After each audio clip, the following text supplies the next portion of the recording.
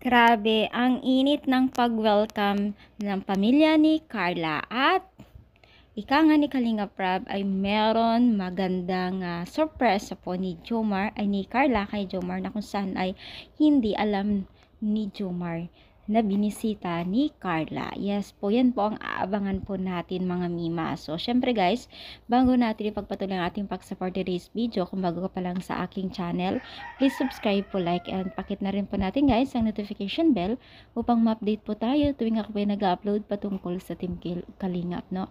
So, alam niyo ba guys, ang mga retrato na ito ay pag-welcome, kumbaga warm welcome po ang ginawa nila kay Carla sa bahay po nila Jomar, which is napakagandang sign ito kung sila man talaga ni Jomar someday.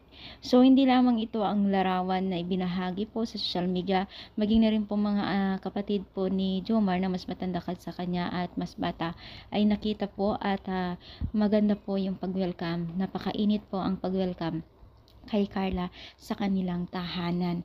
At yun po ay palatandaan talaga na sila man po ay magkaroon ng totoong relasyon ay hindi po tawag nito hangad, ang tawag nito yung sagabal o hindi sila totol, no? So, napakaganda at maraming nagpapasalamat sa netizen sa pamilya ni Jomar dahil po sa magandang pag-welcome di umano nila kay Carla sa kanilang tahanan, which is kahit syempre alam naman natin ang na buhay po nila Carla ay hindi po sila nagbabase. So, talagang hindi lahat ng may kaya kasi syempre yung bahay nila Jomar tila hindi naman po sila hirap sa buhay, no?